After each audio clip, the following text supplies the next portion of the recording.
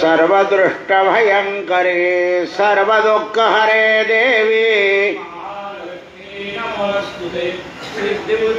प्रदे देवी भुक्तिमुक्तिप्रयादिनी मंत्रमूर्ते सदा देवी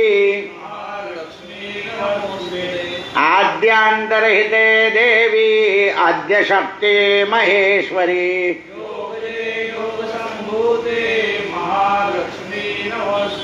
स्थूलस्मुक्षं महारुद्रे महाशक्ति महोदरे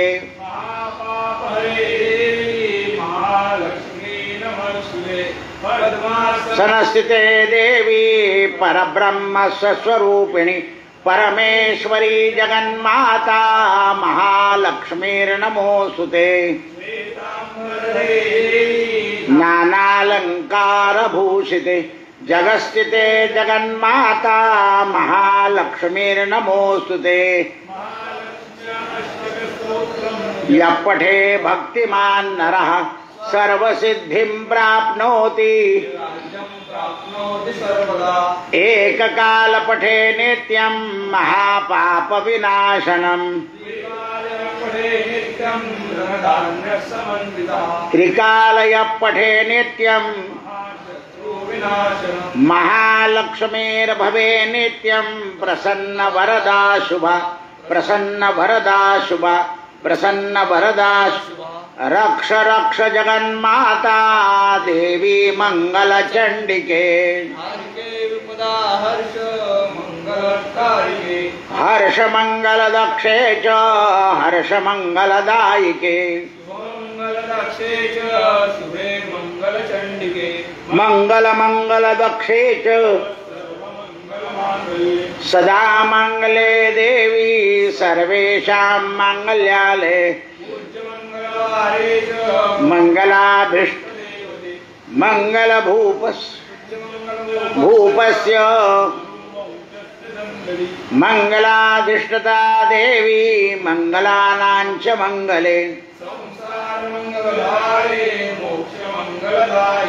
सारे च मंगलधारे च पारे च सर्वकर्मणा मंगल सुखप्रदे मंगल सुखप्रदे आयुरक्षेतु वाराही धर्म रक्षेतु वैष्णवी सर्वमंगल मांगल्ये शिवे सर्वार्थ साधिके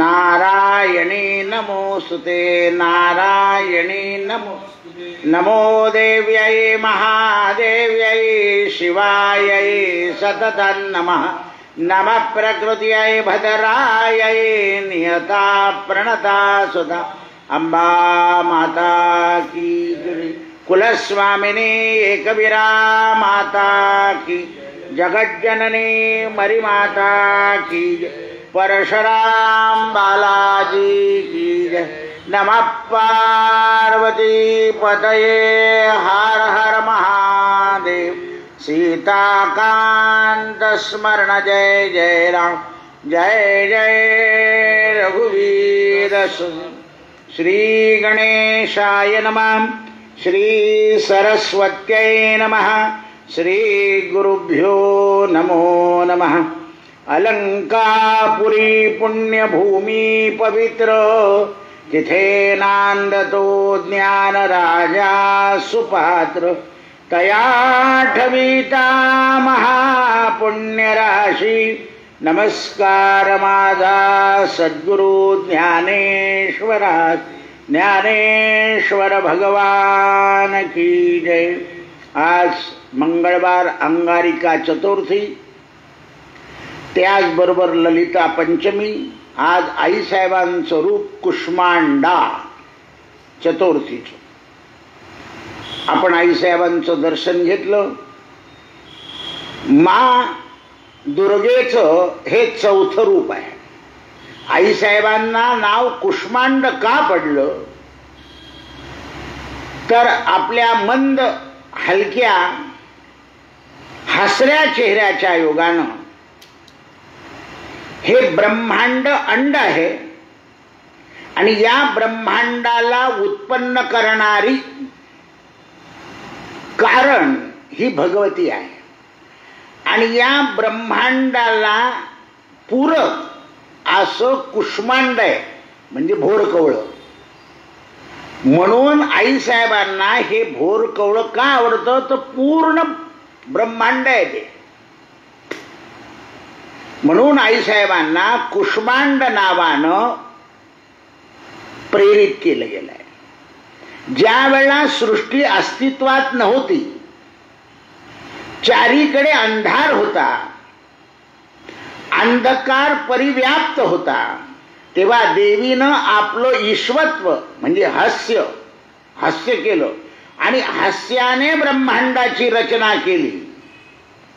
सृष्टी आणि स्वरूपा आदिशक्ती आहे म्हणून पूर्व ब्रह्मांड अस्तित्वात नव्हतं. आता निवास करणारं सूर्यमंडळाच्या भीतर लोकामध्ये, सूर्यलोकामध्ये निवास करणारी क्षमता ही शक्ती जी आहे हे भगवतीचं शरीर आहे. कांती आणि प्रभा सूर्य समान आहे, दैदिप्यमान आहे, तेजस्वी आहे आणि सगळ्या देवतांना तेज देणारी आहे. ब्रह्मांडामधल्या सगळ्या वस्तू आणि सगळे प्राणी अवस्थित तेज भगवतीची छाया आहे. आता भगवतीचं रूप कसं आहे, तर भगवतीला 8 हात आहे. म्हणून या देवीचं नाव अष्टभुजा सुद्धा आहे. 7 हातामध्ये कर्मवश, कमंडलू, धनुष्यबाण, कमलपुष्प, अमृताचा कलश, चक्र, गदा आणि 8व्या हातामध्ये सिद्ध करण्याकरता माळ आहे. जपमाळ घेतलेली आहे. वाहन सिंह आहे. संस्कृत भाषेमध्ये कुष्मांड म्हणजे कोडं म्हटलं जातं. या बली देण्याकरता जे वापरलं जातं ते भगवतीला अतिप्रिय आहे म्हणून त्याही निमित्तानं आईसाहेबांना कुष्मांड असं म्हटलं जातं. नवरात्राच्या पूजेमध्ये 4थ्या दिवशी कुष्मांड देवीला समर्पण करावं म्हणजे ब्रह्मांडाची पूजा केल्याचं फळ मिळतं. साधकाच्या मनामध्ये अनहत चक्रामध्ये भगवती वास्तव्य करते. या भगवतीची उपासना केल्यानंतर शरणांगती स्वीकारल्यावर परमपदाची प्राप्ती होते. शास्त्रामध्ये, पुराणामध्ये विधीनुसार दुर्गा देवीची उपासना सांगितलेली आहे. भगवती आईसाहेबांचा एक पाय नमस्कार करायला पुढे आहे. आपल्या देवीचं स्वरूप तसंच आहे. पूर्वाभिमुख बसवली आहे आपली देवी. सिंहारूढ आहे. सिंह दक्षिणेकडे पाहतोय आणि आईसाहेब उत्तरेकडे पाहिजे. मग दक्षिणेकडे कोण आहे? अपवित्र आहे. त्या अपवित्रता नाश सिंह करतो. ज्या वेळेला आपण देवी बसवली ना तेव्हा एक योगी आले होते रात्री 12 वाजता. ते म्हणाले ही योजना आणायचं नाही. म्हटलं आम्ही नाही केली. मंदिरच पूर्वाभिमुख होत आहे. कारण हे मंदिर आपण आपल्या गोष्टी सांगायच्या नाही. हे जे देवीचं मंदिर आहे हे 86 सालाच्या आधी होतं. आपण 86 साली देवी बसवली. आपण काही युक्ती लढवली नाही. हे पूर्वीच असं होतं पूर्वाभिमुख. म्हणून आईसाहेब पूर्वाभिमुख आणि सिंहाचं तोंड दक्षिणेला बसवता आलं आपल्याला. कालांतरानं या मंदिराच्या योजनेत एक वाढ झाली. गणपतीचं मंदिर, महादेवाचं मंदिर, पण मारुतीचं मंदिर, रामाचं मंदिर आणि देवीचं मंदिर हे 108 वर्षाचे आहे. हे आताचे नाही. या मंदिरांच्या बांधकामावर काही हात लावलेला नाही आहे. देवळाच्या प्लास्टर पण तसंच आहे. फक्त सोय करून घेतली आईसाहेबांनी. म्हणून ते म्हणतात मोठे मोठे भक्त साधन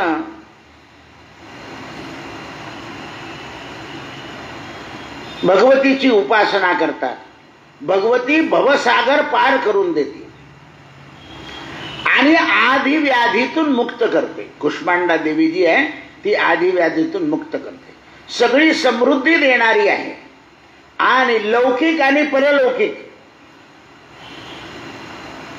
लौकिक म्हणजे आपल्याला हयातीत मिळणारे सुख आणि परलौकिक म्हणजे आपण हे मृत्यूलोक सोडल्यानंतर भगवंताच्या वैकुंठ धामाला, शिवधामाला, कुठे जिथे आपल्याला जावं लागणार आहे तिथे तिथले सुख सुद्धा भगवतीच्याच कृपा प्रसादानं प्राप्त.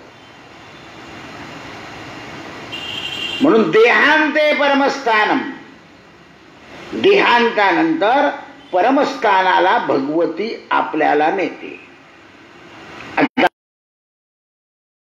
त्यांच्यावर दृष्टिक्षेप टाकला गुरुला नमस्कार करून आणि एक शब्द वापरलाय, तुम्ही ज्ञानवान श्रोते. आता ते समोर बसलेले ज्ञानवान होते का नाही, पण लक्षात ठेवा भाग्यवान असल्याशिवाय ज्ञानेश्वराच्या समोर बसू शकले. ज्ञानवान आहे की नाही, आपण मानोबाच्या समोर बसणं. यदा कदाचित तुमच्या आपल्यातलाही कोणी त्यावेळेला असेल नेवासेला, काय नाही सांगताय, मागे जा. आपला जन्म झाला असेल, यदा कदाचित आपण नाही तर कोणीतरी प्राण्याच्या जन्मात असू, मागे जावं लागेल आपल्याला भूतकाळामध्ये. हा लेखक तसाच म्हणतो, ज्या अर्थी मला माऊलीबद्दल लिहावं असं वाटलं त्या अर्थी मी त्यावेळेला कुठेतरी होतो. बहुत सुकृताशिवाय ही आवडी आणि गोडी निर्माण होत नाही आणि निर्माण झाली तर ती टिकत नाही. पूर्व पुण्य असलं, काही लोक ज्ञानेबाची उपासना करता आणि लगेच मग ट्रॅव्हलिंग काढून टाकतात, यात्रेला घेऊन जायचे, महाराजच्या ऐवजी शेठ बनवून जातात ते, कारण सुकृत नसतं. काय नसतं, सुकृत नसतं. ईश्वराच्या ऐवजी लक्ष्मीकडे लागून जातो माणूस. आमच्याकडे असे काही कीर्तनकार होते की ते व्याजाचा धंदा करायचे, कारण ते सुकृत नसतं. माणूस दुसऱ्या रस्त्याला उतरून जातो. काही लोक कीर्तन प्रवचन सोडून ज्योतिष सांगायला लागून जातात, कोणी कॉन्ट्रॅक्ट घ्यायला लागून जातं. कारण आपण इहलोक आणि परलोक हे दोन्ही साधायचं असेल तर आपल्या कुलस्वामिनीची कृपा असावी लागते. आता पुरावा देतो, ज्ञानेश्वरांना निवृत्तीनाथाने सांगितलं की हे व्यासपीठ तुझं मागच्या जन्माचं आहे, मोहिनी स्वरूपाचं, लक्षात घ्या. काहीतरी भगवतीची कृपा असल्याशिवाय वाग्देवी प्रसन्न होत नाही. आणि माऊली तर काय म्हणते, ज्ञानवान श्रोते हो तुम्ही पुन्हा ऐका, महाभारतातलं अद्वितीय सर्व अंगाने उत्तम असलेलं अतिपवित्र, ज्याला श्रेष्ठत्वाला उपमा देता येत नाही. कारण महाभारताला मला काही उपमा देता येत नाही, कारण ते इतकं श्रेष्ठ आहे की त्याला जगात दुसरी उपमा देता येणं शक्य नाही. कारण ते व्यासांचं उच्चिष्ट आहे. तर मी तुम्हाला लहानशी उपमा देऊन समजवतो.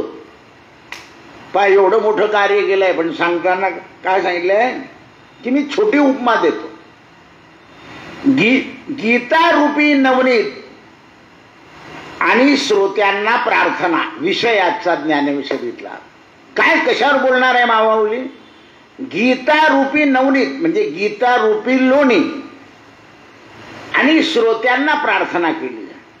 आता लोणी काढायचंय म्हणजे याचा अर्थ आपल्याजवळ पाहिजे दूध, आणि दूध आणि त्याच्यात ते दूध नासवलं पाहिजे, तेव्हा त्याचं दही तयार होईल. आणि दही तयार झाल्यानंतर त्याचं मंथन करावं लागेल आणि मंथुरातून लोणी निघेल.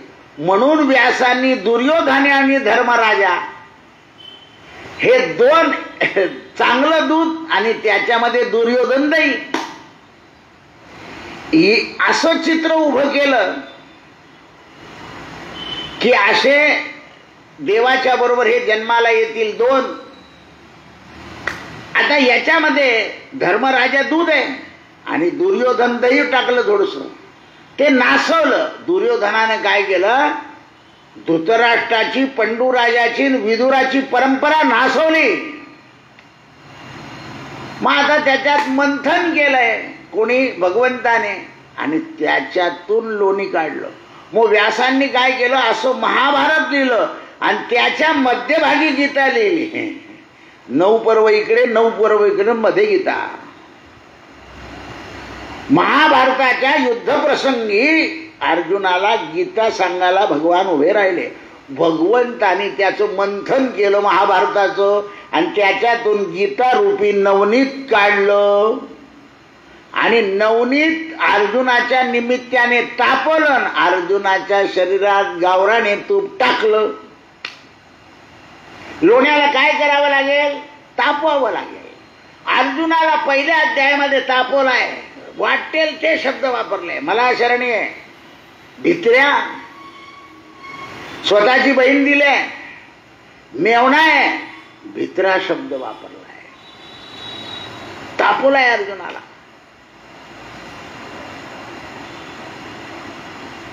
आणि अर्जुनाला गीता रूपी तूप प्रदान केलाय. महाभारताच्या मांगल्याचा मेरू पर्वत आहे आणि मेरू पर्वत गगनचुंबकी आहे आणि एक प्रशांत सरोवर आहे आणि त्या सरोवरामध्ये एक सुंदर कमळ उमललेलं आहे. त्या कमळातील पराग भगवंताने अर्जुनाला लढाईच्या सुरुवातीला उपदेश रूपानं सांगितले आणि ते पराग म्हणजे गीता. पण आपल्याही जीवनामध्ये असे काही प्रसंग निर्माण होता. काल मी तुम्हाला सांगितले, नोकरी लागत नाही तेव्हा तरुण मुलांच्या मनामध्ये विषाद योग येऊन जातो.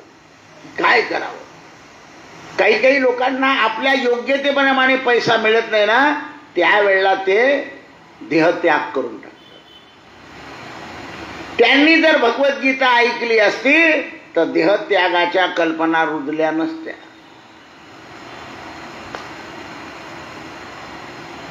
मग भगवद्गीता काय आहे, कमलातला पराग आहे. पण त्या कमलामध्ये जो कोण जाईल, भुंगात जावा लागतो आणि तो पराग घेतो.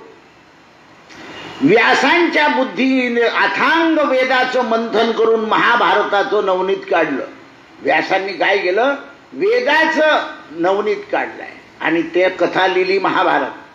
नवनीत ज्ञानरूपी अग्नीच्या साह्यानं काढून त्याचं साधक तूप बनवलं आणि भगवद्गीतेचे श्लोक तयार केले.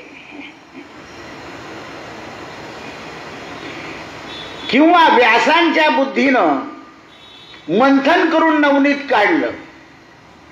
वैराग्यशील पुरुष तुपाची नेहमी इच्छा करतात, संत नित्य अनुभवाला घेतात आणि पूर्ण अवस्थेला जातात की सर्वच मी आहे या भावनेनं. परमात्मा काय म्हणतो, सर्व मी आहे आणि सगळं ब्रह्म आहे. सर्विदम खलविदम ब्रह्मासी. भक्तीनं या गीतेचं नेहमी श्रवण करा. माऊली सांगते, गीता अहंकार ज्ञानाची रूपता न सांगता भक्तीनं श्रवण करा. जशी जशी भक्ती तुमच्यात वाढत जाईल तशी जीवनरूपी युक्ती तुम्हाला प्राप्त होत जाईल. माझ्याकडे एक जगूला माहिती आहे, एक आयत झालेला मनुष्य एक, त्याला देवाचं करायची खूप इच्छा होती पण त्याला वेळ मिळेना. तो रोज मुंबई ते दिल्ली विमानाने प्रवास करतो. मी त्याला सांगितलं तुला वेळ नाही, विमानात काय करतो, 2 तास लागो 1.5 तास लागो, काय नाही. आता तो आयच झालेला आहे. तू भगवद्गीता वाचायला सुरुवात कर. पोराने 18चे 18 अध्याय पाठ करून टाकले विमानात. सकाळी तिकडून संध्याकाळी इकडून. आता भगवद्गीता पाठ झाली. उत्तम नोकरी आहे मोठ्याच फॅक्टरीमध्ये, आयच झाल्यावर सुद्धा कलेक्टर दर्जाचा मनुष्य, पण दैवयोगानं फॅक्टरीचा सेकंड मालक बनून गेला.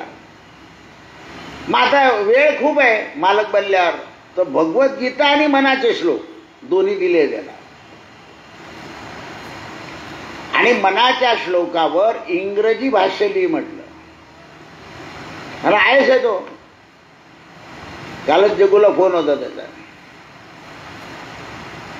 पाठ होऊन गेली भगवद्गीता. 2 तास इकडनं जायचे, 2 तास तिकडनं यायचे. तर भगवद्गीता हे अमृतही आहे, तूपही आहे. आता तूप अमृत आहे, आपल्याला तुपाचं महत्व नाही. या विज्ञान युगामध्ये लोक वैद्य लोक तूपच खाऊ देत नाही. तूप खायचं आणि खूप काम करायचं म्हणजे वृद्धापकाळ येत नाही. आपण काय करतो, खातो तूप आणि नुसतं बसतो. श्रम करा, आपली कामं आपण करा. वैद्य सांगणार नाही काम करा, मग तुम्ही त्यांची गिऱ्हाईक बनणार नाही. आपण आपली कामं केली ना तर प्रतिकार शक्ती वाढत जाते. जितक्या वेळा तुम्ही पाणी प्याल तितक्या वेळा स्वतः माठाजवळ पाणी घेऊन गेले व्यायाम होईल ना. नाही थर्मासच भरून ठेव जवळ. म्हटलं वय किती आहे, म्हणे 32. काय झालं उठायला, रात्री भले भरून ठेव पण दिवसाचं जा माठापर्यंत. आळशी होत चालला मनुष्य. आणि आळशाची कळशी नेहमीच रिकामी असते, ती कधी भरतच नाही. मग तत्पर राहिलं पाहिजे. त्यावेळेस अशी अद्वितीय गीता महाभारताच्या भीष्म पर्वामध्ये सांगितली आहे. म्हणून या गीतेला कोणी सांगितली, गीता शब्द आहे पण भगवंतानी सांगितली म्हणून तिचं नाव पडलं भगवद्गीता. आता बऱ्याच लोकांना भगवद्गीता आणि भागवत कळत नाही. ते दान द्यायला भगवद्गीता म्हणे, तुला काय द्यायचं म्हणे भागवत. म्हटलं ही भगवद्गीता आहे, भागवत दुसरं आहे. मग ते तर 250 रुपयाचं आहे. तो गोरखपूरची गीता घेऊन येतो. म्हटलं हे भागवत नाही, ही गीता आहे. त्याला शब्द आहे श्रीमद भागवत, याला नुसतं भगवद्गीता. भगवंतानी सांगितली म्हणून भगवंताचं नाव पडलं. ज्ञानदेवांनी सांगितली म्हणून ज्ञानेश्वरी झाली.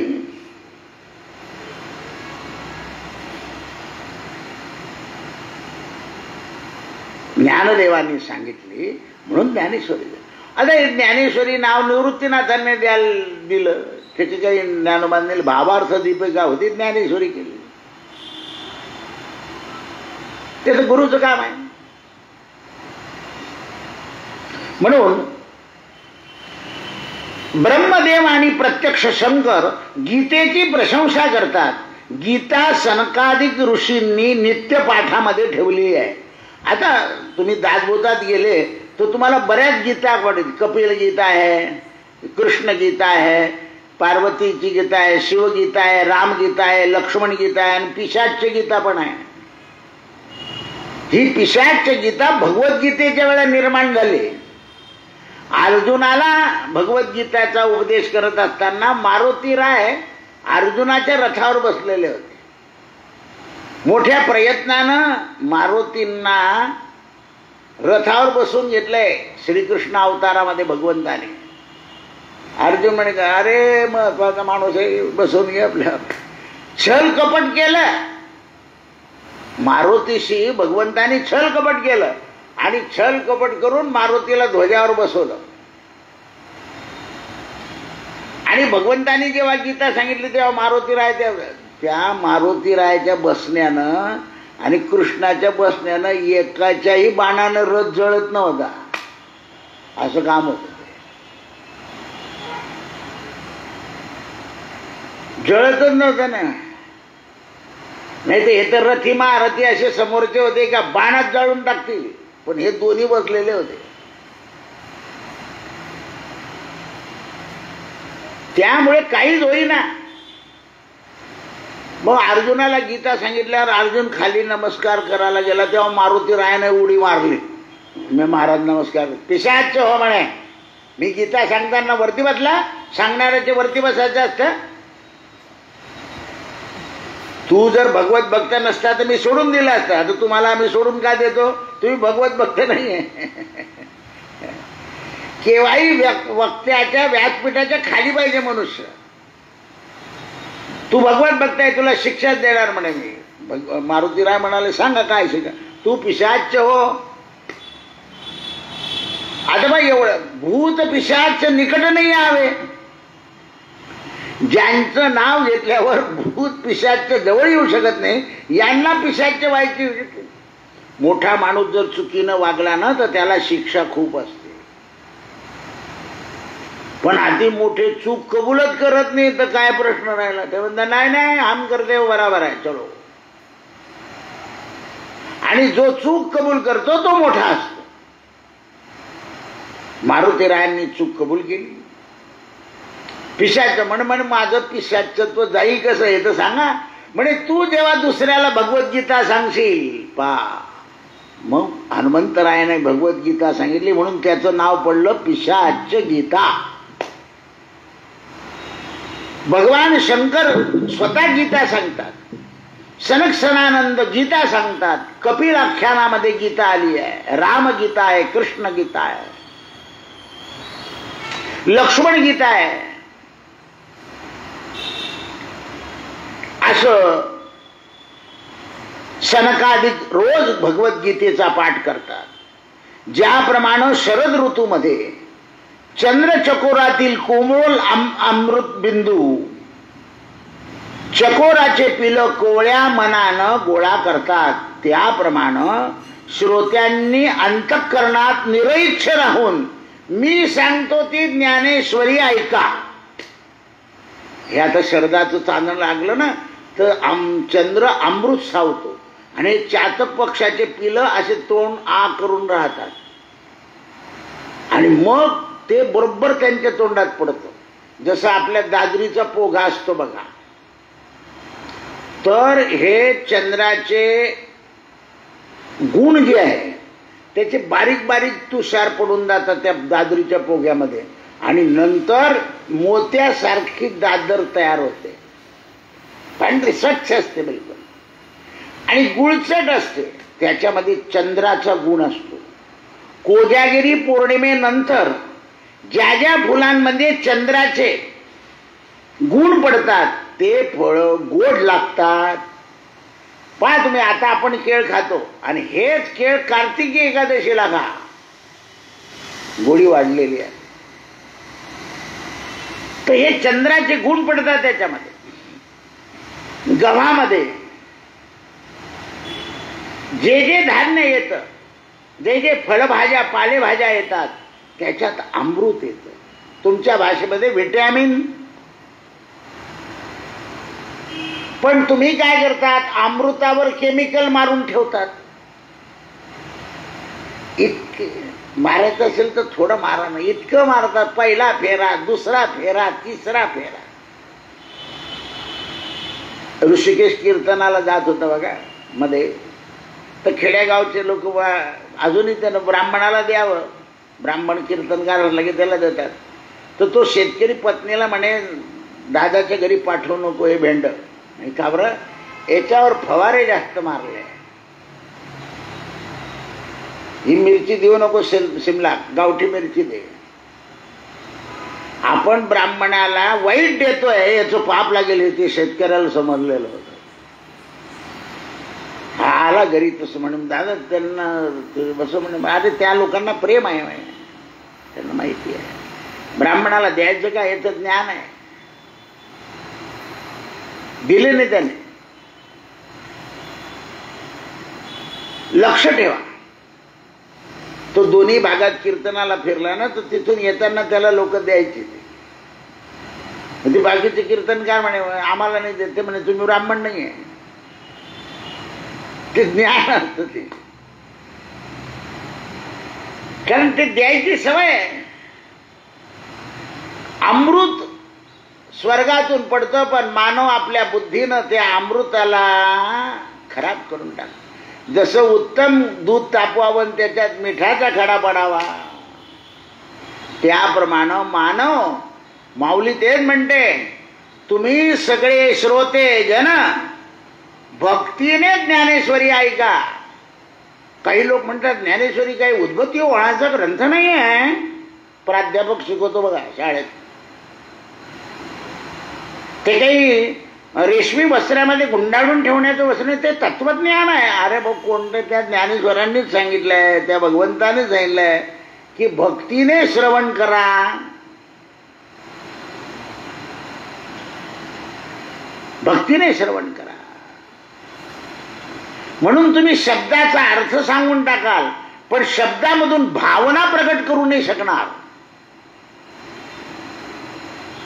शब्द ज्ञान गेलाय ना, तो शब्दाचे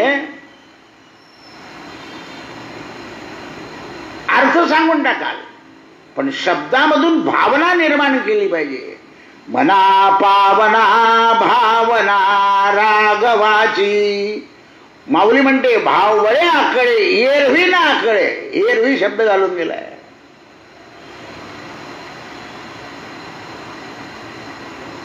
घालून दिलाय. पहा तुम्ही तुकारामांचा भाव पहा, सुरदासांचा भाव पहा, कबीरांचा भाव पहा. हे तत्ववेत्ते होते, पण भावाला धरून होते. म्हणून माऊली म्हणतात, तुम्ही श्रोते जन भक्तीने श्रवण करा.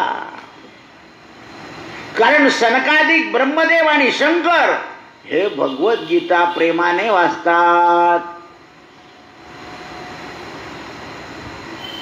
म्हणून वारकरी संप्रदायामध्ये पारायणाची परंपरा आहे. आता बरेच लोक पारायणात बसला ना, ते मराठी शब्द सुद्धा इतके कठीण आहे, पण जो माईकवर वाचतो ते ऐकून ऐकून ते वाचतात. कारण श्रद्धेने बसले आहे, आणि श्रद्धेने बसल्यावर भगवंताचं काम आहे त्यांच्याकडून करून घेणं.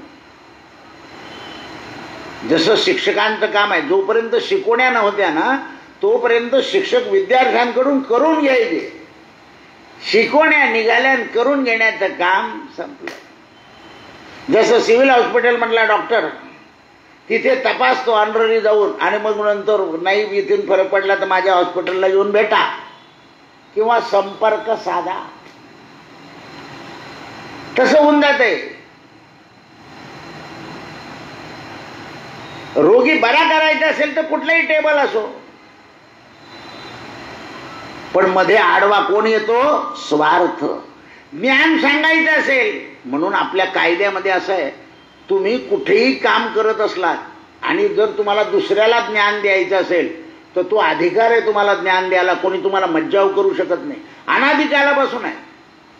लोपले ज्ञानजगी हित नेण्याची कोणी अवतार पांडुरंग. जेव्हा कोणी हित लक्षात नाही घेतलं तेव्हा देवाला ज्ञानोबा बनावं लागलं आणि जगाला ज्ञान सांगावलं. जेव्हा या ज्ञानाची विक्री होते, ज्यावेळा ज्ञानाच्या बरोबर लोभ येतो, त्यावेळा भगवंताला स्वतः येऊन ज्ञान सांगावं लागतं. लोपले ज्ञानजगी हित नेण्याची कोणी अवतार पांडुरंगा नाम ठेविले ज्ञानी. आपलं स्वतःचं नाव ज्ञानेश्वर ठेवून घेतलं आणि असे ज्ञानेश्वर असं सांगताय नेवासाला, तुम्ही श्रोते जन अर्जुन व्हा. कारण ही गीता कोणाला सांगितली आहे? अर्जुनाला. तुम्ही भाग्यवान आहात, पुण्यवान आहात. आता ज्ञानोबाच्या समोर सुरुवातीला सांगितलं, ज्ञानोबाच्या समोर बसणं मध्ये काही पुण्याचा भाग आहे का नाही? अरे ज्ञानू म्हणायचे हे लोक, मोठे मोठे म्हातारे लोक ज्ञानोबाला अरे ज्ञानू. कारण ज्ञानोबा लहान होते. ज्ञानोबाच्या जीवनातला एक प्रसंग आहे. एकदा ज्ञानोबा बाहेर बसलेले होते, निवृत्तीनाथ होते आळंदीला. आळंदीतला शेतकरी वर्ग ज्ञानोबाकडे भानगड घेऊन आला. हे ज्ञानू दादा, अरे आमचं भानगड मोड. 2 मुलं अनेक बाप. ज्ञानोदादा निवृत्तीनाथांकरता फुलं आणि तुळशी गोळा करून स्वच्छ करीत. या बसा. काय म्हणणं आहे? बाबांनी मला शेती कमी दिली आणि या लहान मुलाला जास्त दिली. हे बाबाचं बरोबर आहे का? तू सगळ्या जगाला समजून सांगतो, माझ्या बाबाला समजून सांग की मला समान हक्क मिळाला पाहिजे. म्हणे बघ, बाबाने केलं ते काही विचार करून केलं असेल. तुझ्यापेक्षाही बाबा मोठे आहे, माझ्यापेक्षाही बाबा मोठे आहे की नाही? म्हणे हो. मग बाबा तुम्ही असं का केलं? म्हणे भाऊ हा आळशी आहे. कोण म्हणतं? ज्ञानोबाला आळशी आहे. याला जर जास्त दिलं तर हा एवढं नीट करणार नाही, शेती पडून ठेवेल आणि त्याच्यातून उत्पन्न निघणार नाही. याचंच पोट भरणार नाही तर जगाला काय दिल हा धान्य? माझ्या मुलाने स्वतःचाही उदरभरणा करून समाजाकरता धान्य द्यावं याच्याकरता हा मोठा उद्योगी आहे, त्याला जास्त दिलेली आहे. बाबा आपण इकडे बसा. मग तो मोठा भाऊ होता त्याला बोलवलं. बघ रे, बाबाची तुझ्यावर कृपा आहे. मग ज्याच्यावर वडिलांची कृपा आहे त्याने कसं वागायचं हे ऐक. तुला बाबांनी जास्ती दिली आहे, हा कमी उद्योगी आहे, तू उद्योगी आहे. तू असं कर, तुला मिळालेल्या नफ्यातून थोडा याला देऊन टाकत जाय, भानगड ओढून टाका. दोन्ही भावांनी ज्ञानोबाला नमस्कार केला आणि निघून गेले. अशी माऊली होती. आपले महाराज सांगतात तुझ्या भावाकरता देत नाही ना तुझा भाऊ, हा भिलावा घेऊन जा आणि त्याच्या घराला टोच, म्हणजे तो देईल. असे तुमचे महाराज. त्या स्कूटरच्या बिल्ल्याला महाराज असा हालतो पा. गुरुची किंमत कुठे? किचनवर. काय ज्याला सद्गुरू म्हणतात तो सद्गुरूचं स्थान आहे कुठे? आपले बाबा होते ना, म्हणजे आमचे गुरु महाराज, ते दादावादा तोड्यावाल्यांकडे गेले. त्यांना अनुग्रह झाला. कालच 150 वर्षाची काठी दाखवली मी मुलांना.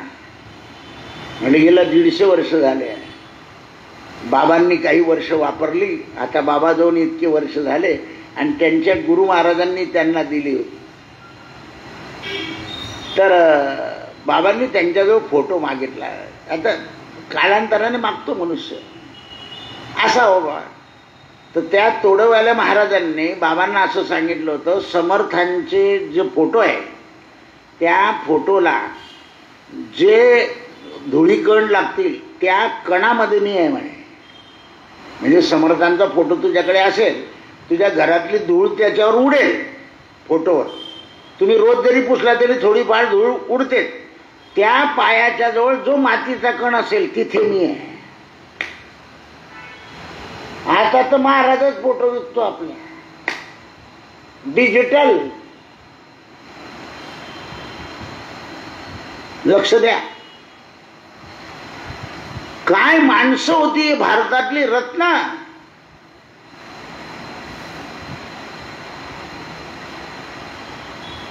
आपले फोटो कागदाला चिटकवल्यावर सुद्धा दुसरा पैसे काढून घेऊन जातो. पण काय आधुनिकता आहे. आणि जग पुढे चाललंय. कसली गॅरंटी देताय तुम्ही? आहे काय तुमच्या तो गॅरंटी द्यायची? ज्ञानोबा म्हणताय तुम्ही श्रोते जनसज्जन भाग्यवान. नेवासामधलं वर्णन चाललंय. तुम्ही फक्त गीता श्रद्धावान होऊन ऐका. श्रद्धावानालाच ज्ञान प्राप्त होतं, स्वच्छ सांगितलंय. आणि अशिष्याला देऊ नका. उपनिषदामध्ये सुद्धा सांगितलंय अशिष्य जर असेल तर त्याला द्यायचं नाही.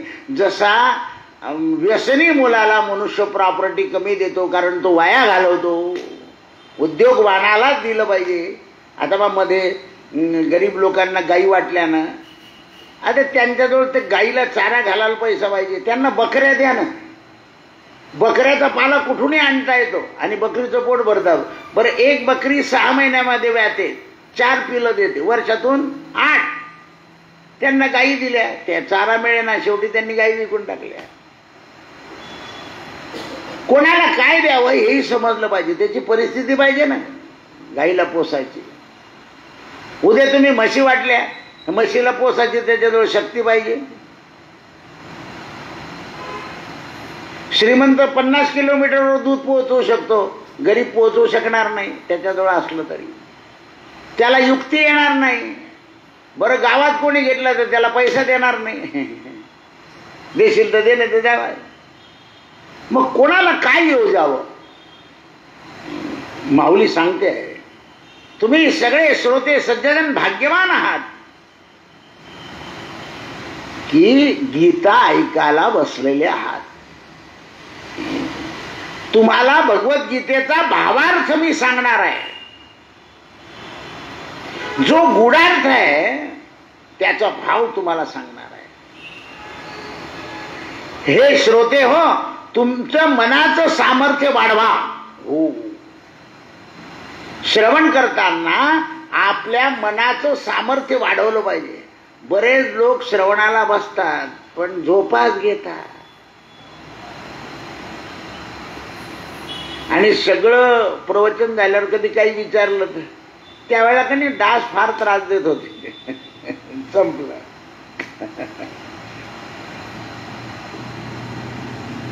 म्हणून श्रवणी वैराग्य लागतं.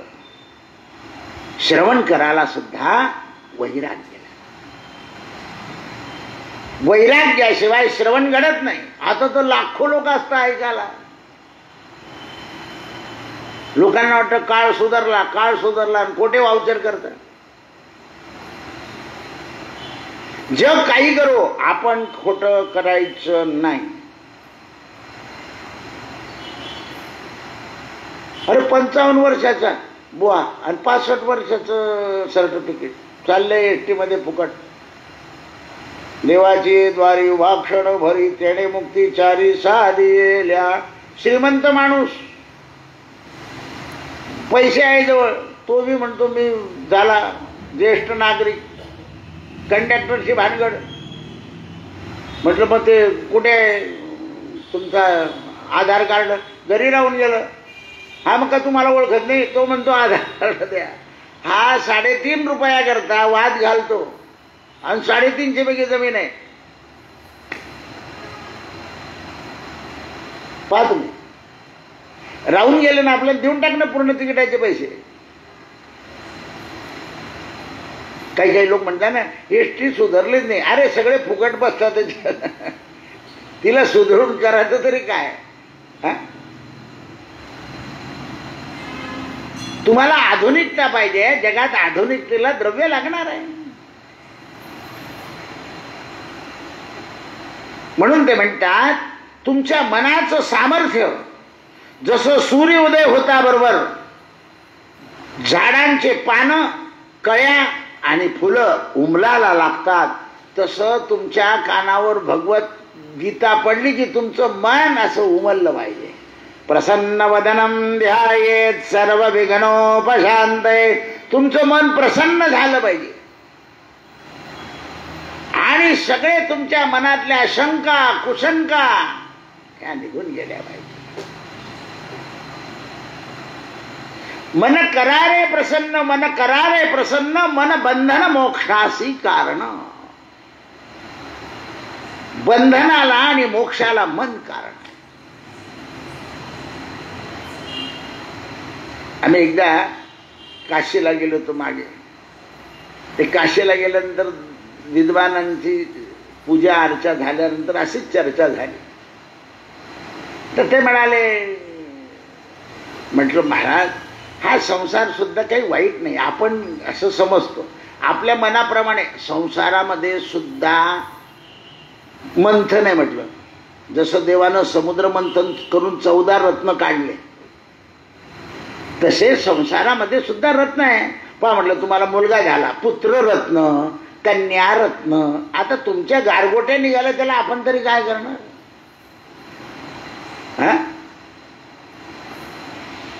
समुद्रामध्ये बुडी मारली, शिंपलं आलं, एखाद्याला मोती निघतो, एखाद्याला मोती ती खाली पडून गेला असतो, हातात शिंपलं येतं. ते नशीब लागतं. विष पहा, आपण संसार करत असताना कटू अनुभव येत आहे काय विष, आणि चांगलं आले 82 वर्षाचा झाले अमृत महोत्सव झाला अमृत. आणि त्याच्यामध्ये जर खरं अमृत पाहिजे असेल, एखाद्या सद्गुरूने हरिनाम दिलं की अमृत. या संसाराला वाईट कसं म्हणतात? संसाराशिवाय जन्माला येता येईल का?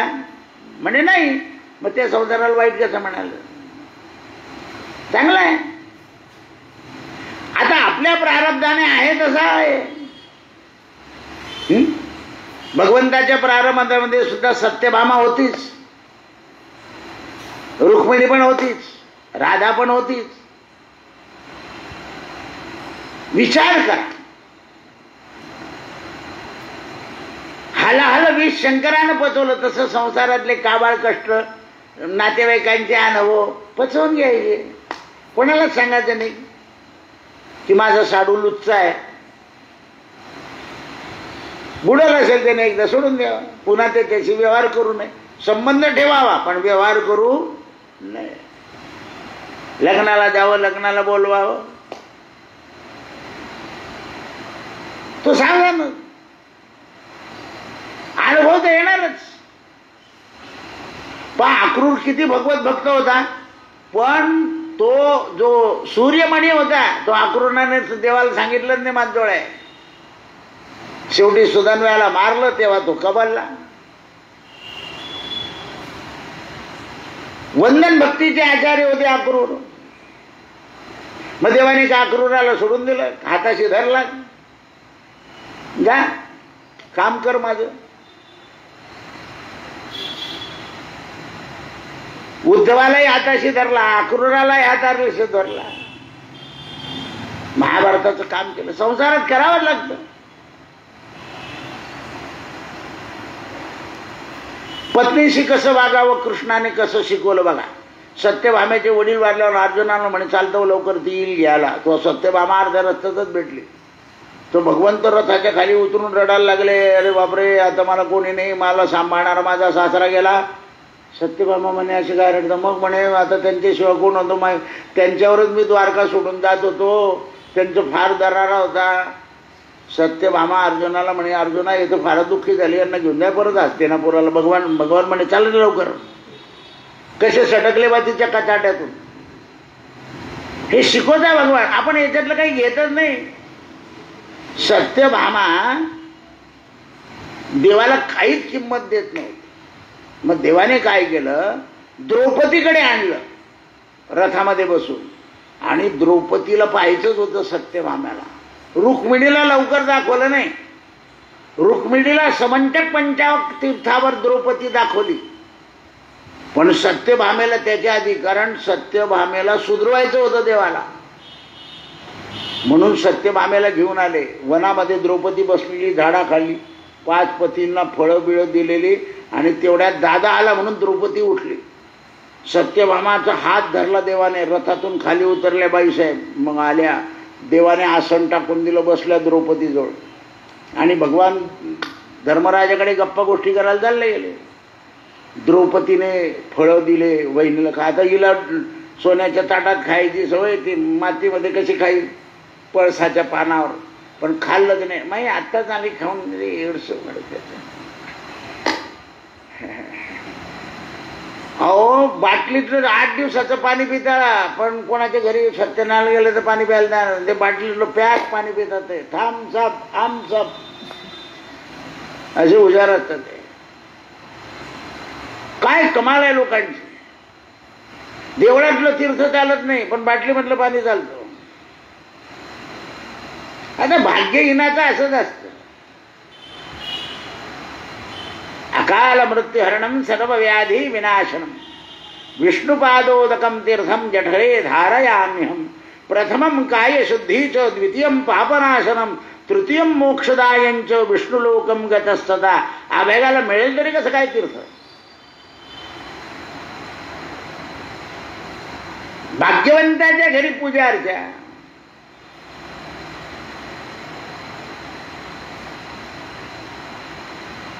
तर द्रौपदी न आदरातिथ्य केलं. सत्यभामेनं विचारलं, म्हणे का हो तुम्ही हे 5 पती ताब्यात कसे काय ठेवता? तुमच्याजवळ काय मंत्र आहे का, काही वनस्पती आहे का, काही जादूटोणा आहे?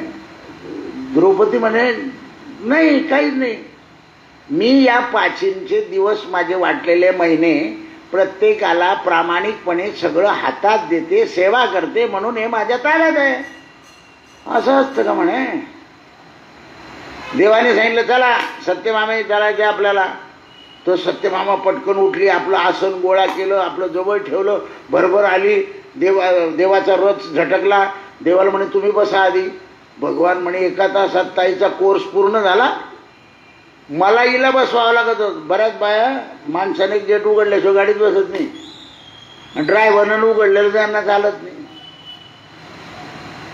तर भगवान म्हणे ताई एवढ्या कोर्समध्ये आणि फ्री कोर्स, काही देणं नाही घेणं नाही. तर त्या द्रौपदीचा सत्याचा प्रभाव पडला सत्यभामेवर. असत्य वागणाऱ्या लोकांना, अहंकारी वागणाऱ्या लोकांवर सत्याचा प्रकाश पडतो, म्हणून त्याला सत्यार्थ प्रकाश म्हणतात. तर असं कोणाजवळ बसत जा गुलशन नंदा वाचण्यापेक्षा, की ज्याने आपल्यावर प्रकाश पडला पाहिजे. म्हणून ज्ञानोबा म्हणताय तुम्ही भाविक सज्ञ सरोदे श्रवण करताना श्रद्धापूर्वक ऐका. काय सांगायचे एवढे 4 उदाहरणं देऊन? तर आपल्या घरी सोफा सेटवर बसून लांब पाय करून ज्ञानेश्वरी ऐकत असाल तर जमणार नाही, किंवा बसल्या बसल्या खारे शेंगदाणे बिस्किट खात असाल घरी तर श्रद्धापूर्वक ऐकावं लागेल. हा बाजार होऊन जाईल नाही तर घरपोच ज्ञानेश्वरी. पण कालखंड वाईट आहे म्हणून तुम्ही ओपन उद्या मी बंद करून देईल, असं नका समजू. हे चालू राहील, नाही राहणार. काल आहे म्हणून आहे. कारण ज्ञानाची किंमत राहिली पाहिजे. जेवढं आयतं मिळतं त्याचं महत्व राहत नाही. काल आहे, ज्ञान आहे ते. आणि माऊलीने सांगितलंय, भगवंताने, त्याचा बाजार व्हायला नको. श्रोते हो, तुमचं सामर्थ्य मोठं आहे. ज्याप्रमाणे सूर्योदय होता बरोबर काळोख पळून जातो, चंद्र उगवला की चंद्रकला विकसित होता आणि फळांमध्ये फुलांमध्ये जातात. चंद्र दर्शनानं आनंद होतो. तसा भगवद्गीता तुमच्या कानात पडल्यावर तुम्हाला हळूहळू आनंद होईल. शंकराचार्य म्हणतात भगवद्गीता किंचित धीता गंगा जल लवण कणिका पिता.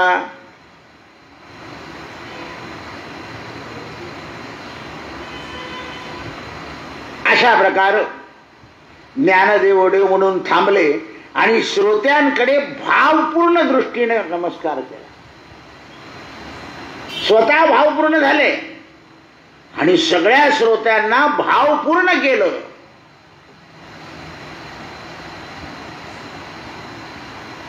नेवासाच्या लोकांचा भाग्याचा उदय झाला. माऊली ज्ञानेश्वरी सांगायला बसले. साक्षीला निवृत्तीनाथ, सोपानदेव म्हणजे ब्रह्मदेव, मुक्ताबाई म्हणजे आदिशक्ती म्हणून नवरात्रात ज्ञानेश्वरी सांगायची. कोण उभी होती? उभ्या होत्या मुक्ताबाई. कसा सांगतो का नाही? कणखर होत्या, ज्ञानोबापेक्षा लहान होत्या वयाने, पण आश्विन शुद्ध प्रतिपदेला जन्म झालाय मुक्ताबाईचा. आश्विन शुद्ध प्रतिपदेशी अंबाबाई सली सिंहासनी. ती आश्विन शुद्ध प्रतिपदेला इंद्रायणी काठी प्रगट झाल्या आईसाहेब मुक्ताबाई. जन्मल्या म्हटलं नाही मी, प्रगट झाल्या म्हटलं. लक्ष द्या, देवीचं चरित्र सांगताना योग अभ्यासानं सांगितलं पाहिजे. सगळे लोक म्हणतो मुक्ताबाईचा जन्म. आता आश्विन शुद्ध प्रतिपदेला सगळीकडे देवी बसते तर जन्म करायची काही गरज नाही. गेल्या तेव्हा सुद्धा आकाशात गुप्त झाल्या, आल्या सुद्धा तेव्हा प्रगट झाल्या. शक्ती आहे ती. अनादि निर्गुण निर्गुण प्रगटली भवानी. अशी अनादि निर्गुण असलेली मुक्ता प्रगट झाली आणि ज्ञानोबांच्या वेळा ज्ञान संपन्न श्रोते जन हो, अंतःकरणाने तुम्ही थोर आहात, पण मी तुम्हाला ओळखलं, तुम्ही अर्जुनाच्या पंक्तीला बसण्यास योग्य आहेत म्हणून इथे आलात. कारण कोणाला सांगितली? भगवंताने गीता अर्जुनाला. आणि मला तुमच्या समोर सांगायचे म्हणजे तुम्ही अर्जुनाच्या योग्यतेचे आहेत, अर्जुनाच्या योग्यतेचे आहे. मी ठरवलंच होतं की शेवटी भगवद्गीता आणि ज्ञानेश्वरी सांगेल, आणि माझा उद्देश होता की कमीच लोक पाहिजे. तरी इतके आले लॉकडाऊन असून, कमी यायला पाहिजे होते, यायला नको होते. अरे घरी बसून ऐकतं म्हणजे ते काय श्रोते आहे? तो एक खेळ आहे. कमी लोकांना सांगावे असं सांगितलेलं आहे, योग्य माणसालाच द्यावे.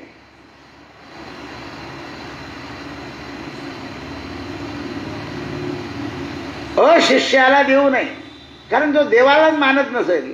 म्हणून काय म्हटलं, तुम्ही श्रोते भाग्यवान आहे, तुम्ही अर्जुनाच्या पंक्तीला बसलेले आहे. काय वर्णन करते माऊली, लक्ष द्या. कुठे बसवलंय तुम्हाला माऊलीनं? अर्जुनाच्या पंक्तीमध्ये. पण अर्जुन कसा घाबरलेला आहे तसे तुम्ही सुद्धा आज घाबरलेले आहे. काही झालं तर फडकं बांधून घ्या. भय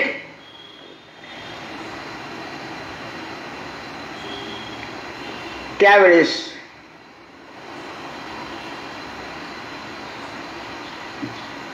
माझ्या मनात तुमच्याबद्दल आपुलकी आहे, भगवंताबरोबर आपुलकी आहे. मी माझ्या गुरुच्या चरणावर लोटांगण घातलेलं आहे, माझ्या आई वडिलांना वंदन केलेलं आहे. एवढं बोलून ज्ञानेश्वर पुन्हा थांबले. सदशिष्याचं अंतःकरण भरून आलं. कोणाबद्दल वर्णन करताय? निवृत्तीनाथांबद्दल. माता पिता गेलेले आहे आणि गुरुलाच माता पिता समजताय. त्वमेव माता पिता त्वमेव, त्वमेव बंधु सखा त्वमेव. असा भाव पूर्ण झालेला आहे माऊलींचा. डोळ्यातून थोडेसे थेंब आले पाण्याचे, अंगावर रोमांच उठले. सद्गुरूचं स्तवन मुखानं झालाय. आणि माझे काही अपराध असेल तर गुरु माऊलीनं पोटात घालावं आणि माझ्याकडून गीता वैभव वाढवावं. काय शब्द आहे बघा, माझ्याकडून गीतेचं वैभव वाढवावं.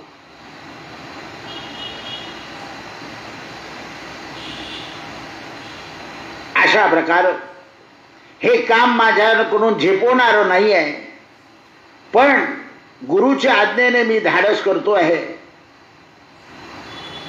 सूर्याच्या पुढे काजव्यानं आडवं तिडवं काय उभं राहावं त्याप्रमाणे निवृत्तीनाथांच्या समोर मी बसलो आहे.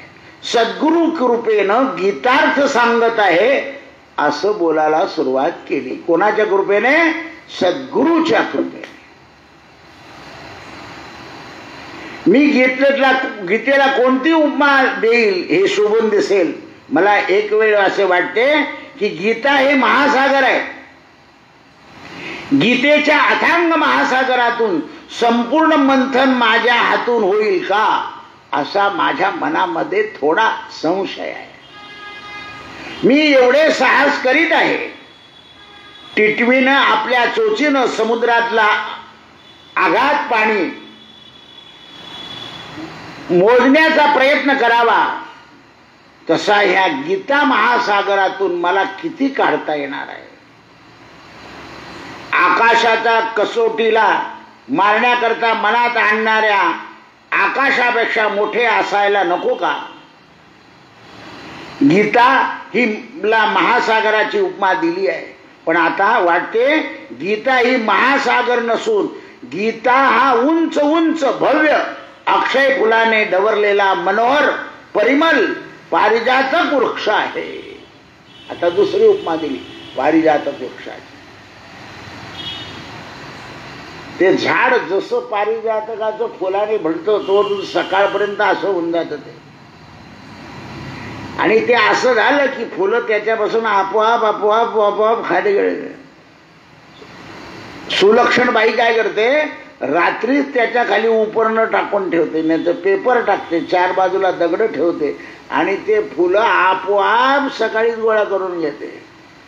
आणि वसुंधरा नाव असलेल्या बाईचे फुलं मातीतच जातात, कारण तिचंही नाव वसुंधरा आणि पृथ्वीचं नाव वसुंधरा.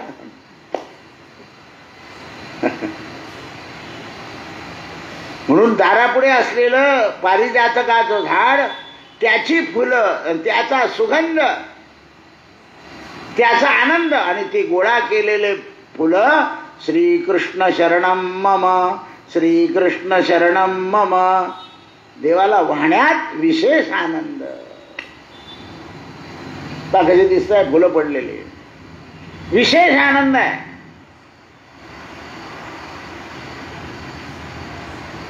तसं तुम्ही श्रोते, माऊली म्हणते,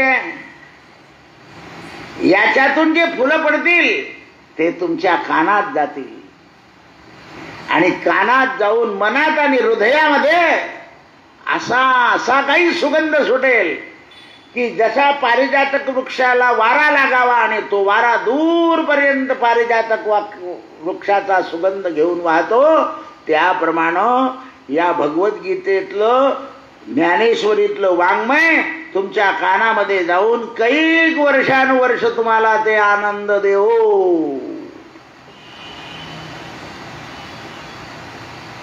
आणि शेवटी तुमचं मन असं म्हणावं, भवबंधने सोडवावे, भवबंधने सोडवावे, नाही तर पुन्हा पैशा करता नातवाच्या पोटी जन्माला यावे. असं रोज अभंग म्हणायचा, कोणाचे घर हा देह कोणाचा, आत्माराम त्याचा तोची जाणे, मी तू विचार विवेकी शोधावा, गोविंदा माधवा त्याचा विचार करा. की आपल्याला जाताना कोणातही मन टाकायचं नाही.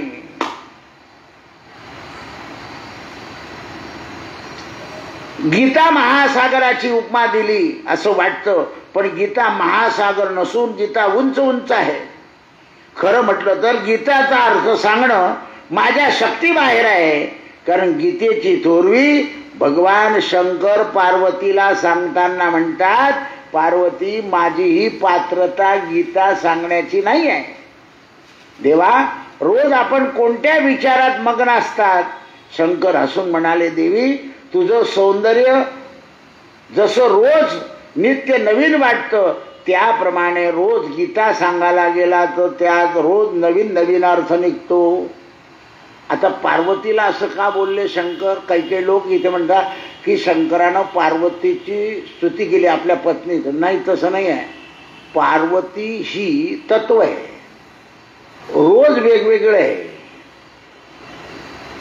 असे. पार्वतीने जेवढे संशय घेतले तेवढे ग्रंथ तयार झाले. नुसते संशय घेतले नाही तर रामाची परीक्षा पाहायला पोहोचले तिथे आणि तुळजापूर भवानी होऊन राहिले.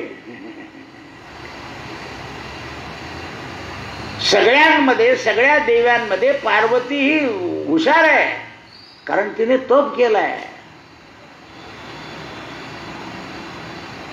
प्रश्न विचारलेले आहे. लक्ष्मीने काहीच प्रश्न विचारले नाही, रुसून कोल्हापूरला आले.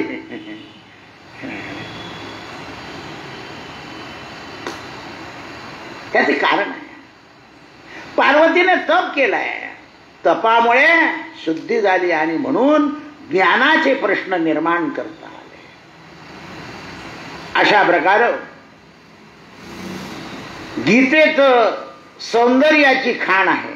श्रोते हो, समुद्रापणा अमर्याद आहे गीता.